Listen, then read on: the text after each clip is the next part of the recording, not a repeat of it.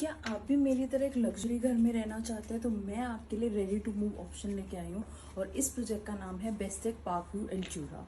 You get what you see, मतलब कोई भी फॉल्स प्रॉमिस नहीं किया गया, हर चीज़ डेवलप करी गई है।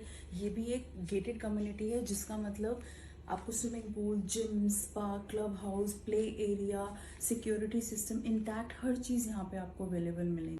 और यहाँ पे आपको 3 और 4 BHK अपार्टमेंट्स मिलते हैं जो कि 2000 स्क्वायर फीट एरिया से अबव साइज है।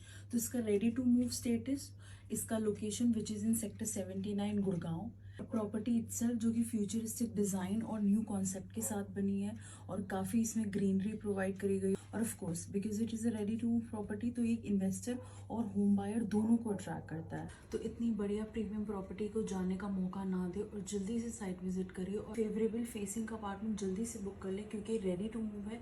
तो ऑफ कोर्स इसमें जो है लिमिटेड इन्वेंट्रीज है।